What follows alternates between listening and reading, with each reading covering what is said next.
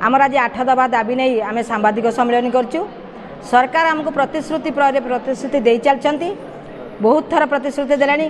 22 मसीहा नवेम्बर मासर आंदोलन आरंभ कर जनवरी 3 शेष करूँ। से लिखित प्रतिश्रुति चीफ सेक्रेटरी देते, पुणी 23 सेप्टेम्बर 22 करूँ, पुणी प्रतिश्रुति नवेम्बर 15 आंदोलन पुणी प्रतिश्रुति।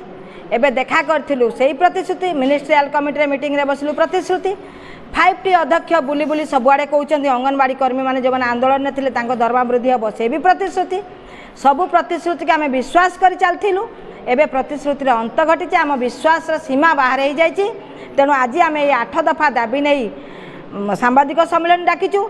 जदि सरकार आम ए दाबी पूरण न करती 28 तारीख सुधा आम 29 तारीख दिन पूरा 30 जिलार सबू अंगनवाड़ी कर्मी सहायिका भौणी मैंने भुवनेश्वर लोयर पीएमजी आंदोलन करूँ।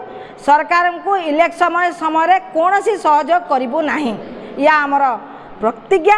तेणु सरकार को आपण माध्यम आम चेतावनी दौचु। सरकार 28 तारीख सुधा आमर मानदेय वृद्धि सहित आउ जो दाबी गुड़िक अच्छी से दाबी पूरण पूरण करंतु एवं घोषणा करंतु, तुरंत घोषणा करंतु। नचेत जहाँ असुविधा हम से सरकार दायी रहे।